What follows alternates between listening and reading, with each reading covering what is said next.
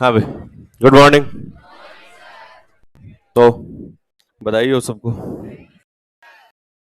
जिनके सिलेक्शन हो गए उनको तो बहुत बहुत बधाई हो।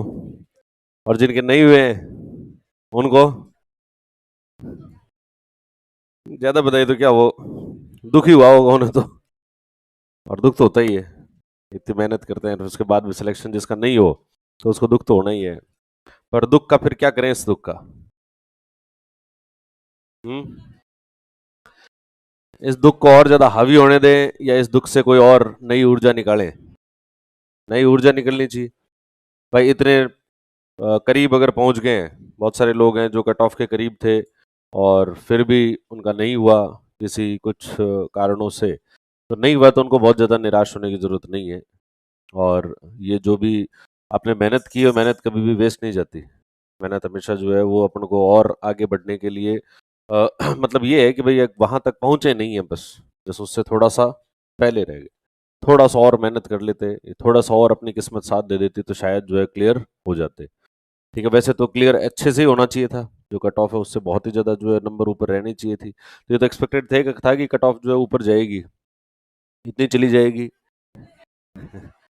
ऐसा जो है वो एक्सपेक्टेशन नहीं थी। लेकिन अब चली गई तो चली गई, ये तो अपने नियंत्रण में नहीं है, अपने कंट्रोल में नहीं है। जो जैसे होगी वो तो होगी। अपने नियंत्रण में क्या है? नियंत्रण में यही है कि अपन एक तो पहले तो विचार करें। अगर जिसका नहीं हुआ है वो व्यक्ति जो है वो सिंसियरली विचार करे कि कहाँ गलती रही थी, कौन सी चीज थी जो कार्य कर लेना चाहिए था लेकिन नहीं किया, कहाँ पर ऐसे सिंसियरिटी में कमी रह गई थी। तो अगर बिल्कुल सिंसियरली अगर व्यक्ति विचार कर लेगा तो खुद ही पता लग जाएगा कि गड़बड़ जो है वो कहाँ थी। और अगर सिंसियरली विचार नहीं किया तो ये किसी और पे, दूसरों पे दोष देते रहे, दूसरों पे दोष देते रहे तो फिर वापस उसी भंवर जाल में फिर फंस जाएंगे। तो इसलिए अगर सिंसियरली व्यक्ति पता लगाए और उसके बाद में अपनी कौन कौन कौन सी कमियां रही कि अच्छा ये अपनी कमियां रही थी, ये ऐसा नहीं कर लेना चाहिए था अपन को, ज्यादा टेंशन नहीं लेनी चाहिए थी, एग्जाम से पहले थोड़ा जो कूल रहना चाहिए था, थोड़ा आराम से रहना चाहिए था। और फिर एग्जाम के अंदर अपने से कुछ गलतियां हुई है तो वो गलतियां अपन को नहीं कर लेनी चाहिए थी, उससे पहले अपन को ये याद कर लेना चाहिए था, वो अपने याद नहीं किया। तो जो जो कार्य नहीं हुआ है उसके बारे में जो है और ढंग से विचार करें, विचार करके वापस फिर से तैयारी में लग जाए। अगर आपके पास में दूसरा कोई बिजनेस संभालने के लिए नहीं है तो, अगर आपके पास ऐसा है कि नहीं अपने पास और भी बड़ा काम है, इससे भी बड़ा काम है और अब ये हो गया है, 4-5 बार दे दिया है और अभी प्री क्लियर नहीं हो रहा है 4-5 बार से, तो फिर तो एग्जिट ले लो। और अगर कि भाई अपना पहली पहली बार ही है, फर्स्ट टाइम ही है, पहली बार ही दिया था और उसके बाद भी अपन कट ऑफ के काफी करीब पहुंच गए हैं, तो फिर लर्निंग ले लो, तो उससे चीजें सीख लो कि भाई क्या क्या कमियां रही है और उस कमियों को जो है और कैसे सही किया जाए। और जिन लोगों के सिलेक्शन हो गए हैं उन लोगों को सिर्फ बधाइयों से काम नहीं चलेगा, उन लोगों को भी। और भाई अब मेंस की डेट भी आ गई है तो उनको भी फिर समझना पड़ेगा कि अरे ये तो कैसे जैसे आ गए। अपन जो है वो इधर तो आ गए हैं, लेकिन आने के बाद में अभी रास्ता बहुत लंबा है। ये तो पहला फेज है और इसमें फेलियर्स तो आगे और आएगी। अभी कुछ लोगों का फिर मेंस में नहीं होगा, फिर फिर इंटरव्यू में नहीं होगा, फिर इंटरव्यू में हो भी जाएगा तो किसका फाइनल सिलेक्शन जो है वो टॉप रैंक पे नहीं होगा, नीचे वाली रैंक पे होगा। फिर जो सर्विस चाहिए थी वो सर्विस नहीं मिलेगी। तो दुख तो जो है वो जीवन में है, लास्ट तक जो है वो रहेंगे। लेकिन उसको एक तो अपन उसको एक्सेप्ट करें। फेलियर है, फेलियर को एक्सेप्ट करने की अपने अंदर क्षमताएं होनी चाहिए कि हम उसको एक्सेप्ट कर सकें कि भाई ठीक है, असफलता हो गई तो भी मेरी, सफलता थी तो भी मेरी, असफलता है तो भी मेरी। और सफलता है तो उसके बारे में भी अपन कुछ सीखें कि अपन ने क्या ऐसा अच्छा किया था जिससे कि अपन सफल हुए। और अगर असफल हो गए तो क्या ऐसा गलती की थी या क्या ऐसी कमी रह गई जिसके कारण अपन असफल हो गए, और उसको फिर आगे कंटिन्यू जो है वो किया जाए। तो अब जैसे मेंस है तो मेंस के ज़्यादा दिन बचे नहीं है, तो उतने दिन के अंदर तुम्हें तैयारी करनी है और वो पूरी डूब के ही करनी है। अब देखो इसके अंदर अभी अपना जो कोर्स चल रहा है, तो सबसे पहला जोर जो है वो तुम्हारा इस सिलेबस को कोर्स करने के ऊपर तुम्हारा जोर होना चाहिए। उसके अलावा तुम बहुत सारी दूसरी चीजों के अंदर फंस मत जाओ। जैसे कई सारे लोग कि भाई हम टेस्ट सीरीज दें या फिर हम क्लास के टेस्ट दें या फिर हम ये डेली मेंटरशिप चल रही है उसका बड़ा लिखें, तो हमारा तो टाइम ही नहीं निकलता। ऐसा है, ऐसी समस्या है कितने लोगों के साथ में? सबके साथ में ही है ये समस्या। हाँ, तो सबके साथ में ये समस्या, तो इस समस्या का क्या इलाज है? समस्या का इलाज है कि तुमने तुम्हारे क्लास के टेस्ट देने हैं। देखो तुम ये एथिक्स पहली बार पढ़ रहे हो, तुम पबेड पहली बार पढ़ रहे हो, जिंदगी में पहले इनसे इन बातों से कभी कोई जो है वो लेना देना ही नहीं हुआ। अब अगर इसको भी तुमने ढंग से नहीं पढ़ा, अगर बहुत अच्छे से इसको नहीं पढ़ा तो फिर ये कमजोर रह जाएगा। और ये पोर्शन कमजोर रह गया तो फिर वहां लिखोगे क्या? राइटिंग प्रैक्टिस करो तो राइटिंग प्रैक्टिस, और प्रैक्टिस करने के लिए कुछ होना भी तो चाहिए, दिमाग में तो कुछ होना चाहिए। अगर कंटेंट ही नहीं है तो प्रैक्टिस किस बात की करोगे? भाई वहां पर राइटिंग प्रैक्टिस का तो मतलब है कि भाई उसका स्ट्रक्चर अपन को बनाना है, तो स्ट्रक्चर बनाने के लिए कुछ कंटेंट तो होना चाहिए, बिना कंटेंट के लिए क्या स्ट्रक्चर बना दोगे? तो स्ट्रक्चर बनाने के लिए पहले कंटेंट होना चाहिए, कंटेंट भी आपकी अच्छी पकड़ होनी चाहिए। तो क्लास के अंदर जो पढ़ाया जा रहा है पहले तो उसके ऊपर अच्छी पकड़ करो, और उसके बाद में क्लास के जो टेस्ट है वो क्लास के टेस्ट लगातार देते रहो। डेली मेंटरशिप है, और वो तुमसे सारे क्वेश्चन नहीं होते हैं कि भाई अपने को 4 क्वेश्चन है और वो 4 कितने आते हैं, 4 आते हैं, 5 आते हैं, कितने 5 क्वेश्चन आते हैं, हाँ तो हाँ 6 आते हैं, तो अब 6 क्वेश्चन अपन से पूरे नहीं होते हैं तो 2 कर लो। 6 पूरे नहीं होते हैं तो पूरे करने की जरूरत नहीं है, कितने करो? 2। लेकिन करते जाओ, 2 करोगे तो 2 से भी थोड़ी बहुत प्रैक्टिस जो है वो हो जाएगी। ऐसे कोई पर ऐसा नहीं है कि तुम तुम्हारे इस वाले पोर्शन को, जो मेन कंटेंट का पोर्शन है उसको तो कमजोर रख रहे हो, और ध्यान किस पर दे रहे हो? उस तरफ ध्यान दोगे तो उससे होगा क्या? वो जो पहले से तुम्हारे सब्जेक्ट पढ़े हुए हैं वो तो और स्ट्रांग होते जाएंगे, उनकी तो राइटिंग प्रैक्टिस बहुत अच्छी होती जाएगी, और जो ये सब्जेक्ट्स ऐसे हैं जिनको पहले कभी नहीं पढ़ा है वो कमजोर रह जाएंगे, और वो पोर्शन कमजोर रह गए तो उसकी भी असर जो है फिर बाद में मेंस के अंदर देखने को मिलेंगे। तो इसलिए मेंस के अंदर अपन को एक नंबर भी इधर का उधर नहीं होना चाहिए, और उसके लिए क्या चाहिए? पहले कंटेंट पर पकड़ चाहिए। भाई वो जो टेस्ट सीरीज और वो जो है वो उन लोगों के लिए जिन्होंने उनके कोर्स पूरे हो चुके हैं, सिलेबस पूरे हो चुके हैं, 2-2 साल हो चुके हैं, वो बैठे हैं घर पे, अब उनको टाइम पास के लिए कुछ चाहिए, तो उनको टाइम पास के लिए क्या उनके पास में वो टेस्ट सीरीज है। वो तुम्हारे लिए बनी हुई नहीं है, तुम्हारे लिए बनी हुई नहीं है, लेकिन अगर तुम उसमें से कोई टेस्ट देना चाहते हो कि भाई मैं इसमें से एक आधा क्वेश्चन, मेरे पास टाइम बच जाता है और उसके बाद भी मैं कर लेता हूँ तो फिर कर लो। लेकिन अगर बहुत ज्यादा डिस्टरबेंस हो रहा है तुम्हारी लाइफ के अंदर कि भाई मेरे से तो ये भी नहीं समझ रहा है वो भी नहीं समझ रहा है, तो धैर्य रखो, वापस थोड़ा सा ठोस खाओ और फिर सोचो कि भाई अपने को अभी क्या करना है। ये कंटेंट है, इस कंटेंट को अपन को पूरा करना है, साथ साथ में जो क्लास में टेस्ट हो वो करने, और हिंदी इंग्लिश जो है वो करनी। क्लास की काम बातें, टेस्ट और हिंदी इंग्लिश अगर ये कर लेंगे तो फिर आगे जो है वो रास्ता बहुत ज्यादा कठिन नहीं है। लेकिन अगर तुम हौच पौच हो जाओगे तो जैसे पिछले कुछ समय के अंदर हुए भी हो, तो उससे क्या लर्निंग रही फिर तुम्हारी? क्या लर्निंग रहेगी? इससे लर्निंग ये रहेगी कि भाई ऐसे हौच पौच नहीं होना है। इवन प्री वाले टाइम भी देखा होगा ना कि भाई ये भी पढ़ लूं और वो भी पढ़ लूं और यहाँ से भी पढ़ लूं और ये करंट अफेयर्स ये वाला भी पढ़ लूं और कोई दूसरे वाला भी पढ़ लूं और वहां से भी पढ़ लेता हूँ, और फिर उससे रिजल्ट ऐसा रहा कि ये पढ़ तो सारे लिए, याद क्या है? याद कुछ भी नहीं है। और जब याद ही नहीं रहेगा तो फिर वहां जाके एग्जाम में क्या लिखेंगे? एग्जाम में लिखने के लिए अपन को दिमाग के अंदर चीजें होनी चाहिए, और दिमाग में चीजें कब आएगी? जब बार बार रिवीजन करेंगे, जब रिवीजन करेंगे तो दिमाग के अंदर चीजें आती है। साथ साथ में लिखने का हाँ थोड़ा बहुत प्रैक्टिस जो है वो चलती रहे, ऐसा हो ताकि दिमाग को अपन जो है एक्सप्रेस भी कर सके। तो थोड़ी बहुत प्रैक्टिस करते जाओ, और साथ साथ में ये जो कंटेंट है उस कंटेंट के ऊपर ज्यादा जोर दो। तो इसलिए तुम्हारी वाली क्लास के लिए तो ज्यादा जो एडवाइजेबल है वो है कि क्लास के जो टेस्ट है उन क्लास के टेस्ट को देने हैं, टेस्ट सीरीज अभी तुम्हारे लिए नहीं है। क्योंकि जैसे जैसे तुम्हारे ये होंगे छोटे वाले सब्जेक्ट होंगे, जैसे जैसे सब्जेक्ट होंगे वो वाले जो क्लास टेस्ट सीरीज है वो लेके रख लेना। बाद में जनवरी के अंदर जब तुम्हें समय मिले कि सब अब अपना पढ़ लिया है सब कुछ, अब क्या करें, अब बैठे हैं ठाली बैठे हैं, हाँ अब निकालो देखिए उसको, और फिर उसको घर पे उसी सिंसियरिटी से घर पे रख लो। अल्टीमेटली लिखना है ना तुम्हें, तो लिखने की प्रैक्टिस करनी है तो वो तो बाद में भी लिख सकते हो, लेकिन पहले कंटेंट के ऊपर तुम्हारी कंट्रोल हो तो फिर लिखने में ज्यादा मजा आएगा। और कंटेंट में कंट्रोल नहीं हुआ तो लिखने में भी मजा नहीं आएगा। तुम टेस्ट देने गए भी 3 घंटे बैठे भी, फिर पता लगा यार इसमें तो ये वाला तो आता है यार, ये वाला नहीं आता यार, ये ढंग से नहीं आता यार, याद ही नहीं आ रही है, बातें याद नहीं आ रही है, तो फिर कैसे लिखोगे? तो अच्छे से प्रैक्टिस नहीं हो पाएगी। इसलिए अच्छे से प्रैक्टिस तब होगी जब तुम अभी जो कंटेंट अपन पढ़ रहे हैं उसके ऊपर क्या रखना है, उसके ऊपर ज्यादा जोर रखना है, और बाकी चीजों को धीरे धीरे जो है वो करना है। और फिर जैसे प्री के बारे में एक और जो तुमने सीखा होगा कि ज्यादा लोड नहीं लेना है, बहुत ज्यादा लोड नहीं लेना है। लोड लेने से मतलब सिंसियरिटी वाला लोड तो होना चाहिए, जो थोड़ा बहुत स्ट्रेस होता है वो तो सही होता है, लेकिन एक्सेसिव स्ट्रेस हो जाता है वो खराब होता है। तो अपन को धैर्य से काम करना है, ज्यादा जो है वो भाग दौड़ से काम नहीं करना है कि सब फला आदमी ने ऐसा कह दिया, उस आदमी ने ऐसा कह दिया।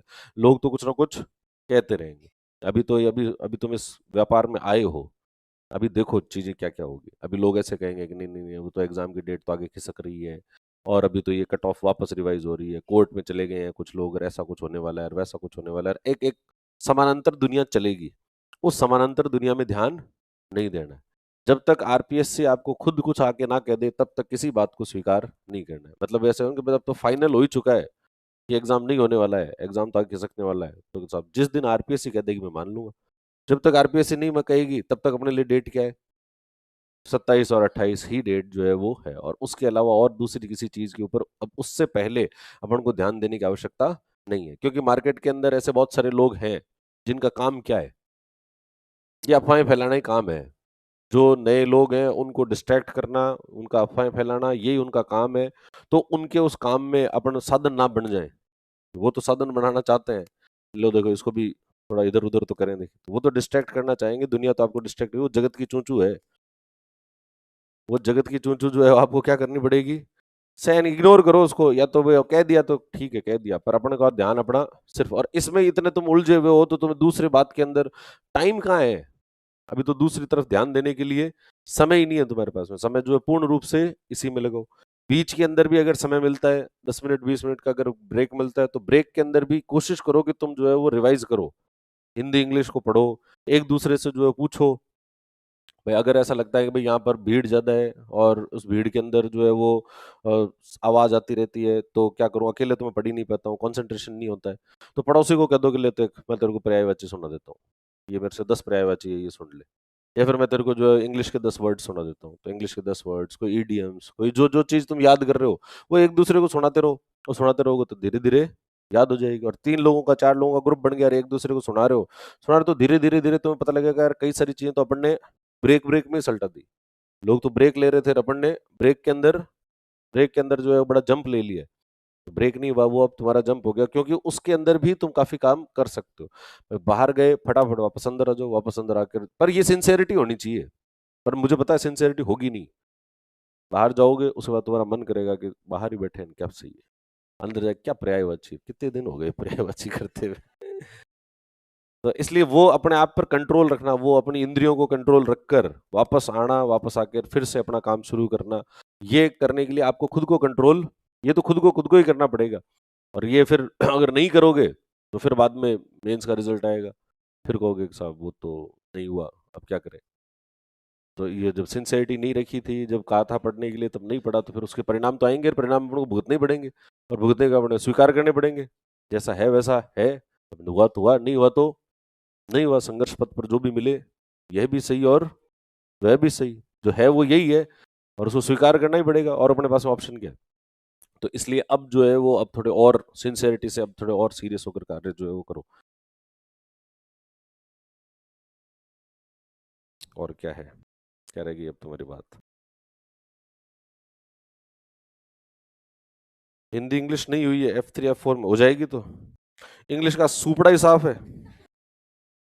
देखो इंग्लिश के अंदर खासकर जिन लोगों की इंग्लिश अच्छी नहीं है, उन लोगों के, कोई हिंदी मीडियम के स्टूडेंट्स हैं बहुत सारे, उनकी अंग्रेजी जो है वो ठीक नहीं है, तो अंग्रेजी में उनकी क्या ठीक नहीं है, अंग्रेजी के अंदर दो तीन चीजें होती है, एक तो ग्रामर होती है और दूसरा वोकेबलरी होती है। ग्रामर जो है वो हिंदी के स्टूडेंट्स की ज्यादा अच्छी होती है, हिंदी मीडियम के स्टूडेंट्स की ग्रामर जो है, ग्रामर के रूल्स के ऊपर उन्होंने काफी जोर दिया होता है, और उनको लगता है कि अंग्रेजी का मतलब ग्रामर ही होती है, तो टेंस वेंस तो सब याद करके रखते हैं, डायरेक्ट इनडायरेक्ट भी याद होती है, एक्टिव पैसिव भी उनको पता होते हैं कि कैसे किए जाते हैं।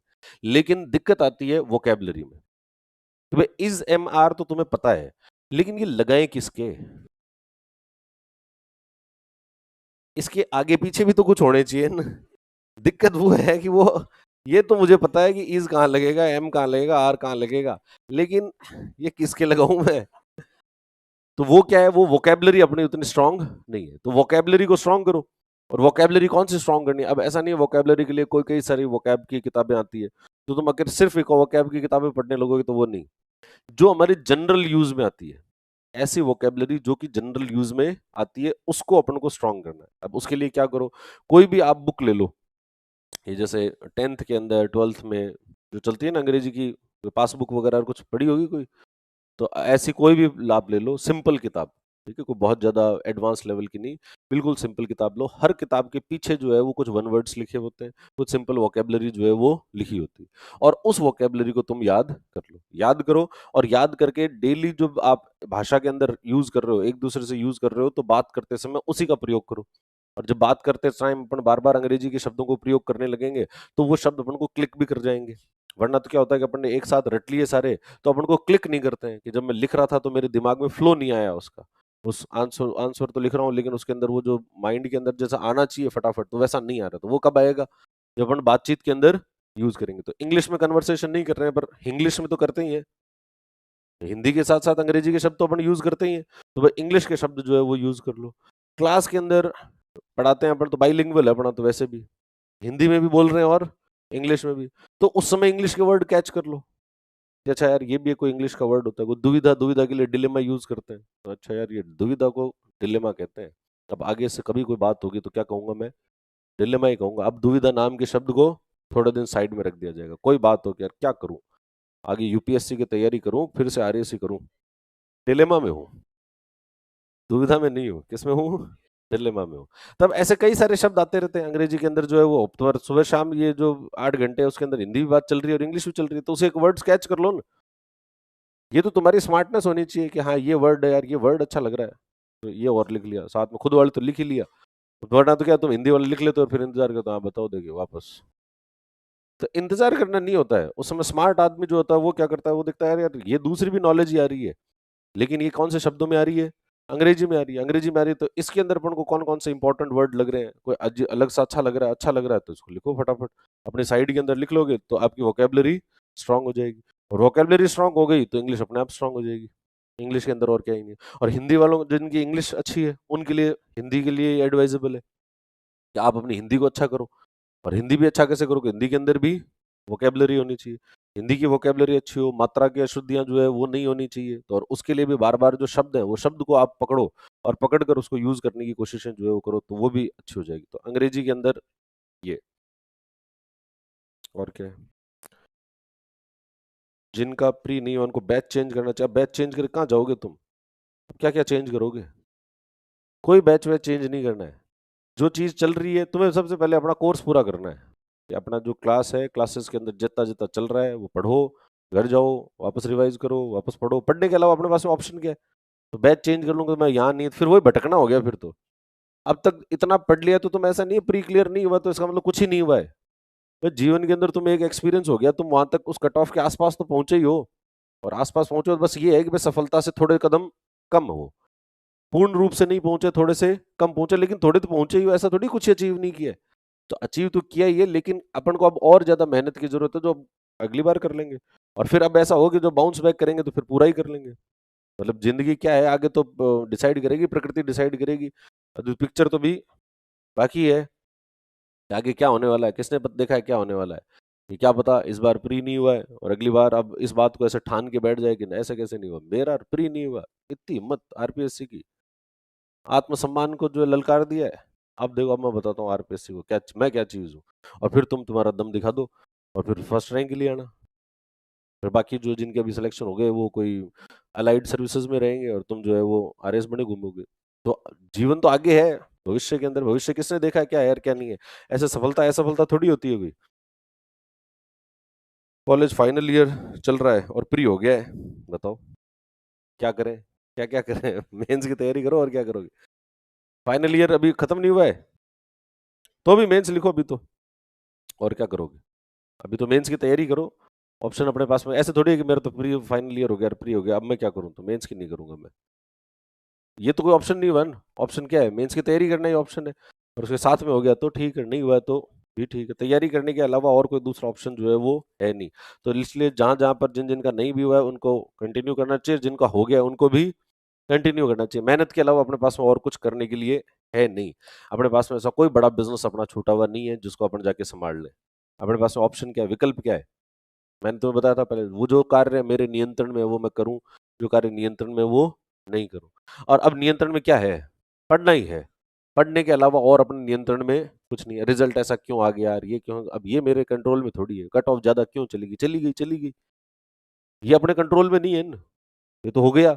अब क्या कंट्रोल में, कंट्रोल में अपने दृष्टिकोण को सकारात्मक बनाए और सकारात्मक बनाकर वापस लग जाए, और तो क्या, और कुछ भी नहीं है इसके अलावा कुछ करने के लिए नहीं। और जो असफलता है उसको स्वीकार कर ले, ये सफलता मेरी है तो असफलता भी मेरी है। अपन क्या करते हैं, सफलता को तो स्वीकार कर लेते हैं, ये सफलता तो मेरी वजह से हुआ है सब, ये तो मैं खुद ही इतना इंटेलिजेंट था, और असफलता तो ये तो मेरे को बाकियों ने बर्बाद कर दिया। सफलता भी अपनी है और असफलता भी अपनी है। चलो तो आज अपन पढ़ेंगे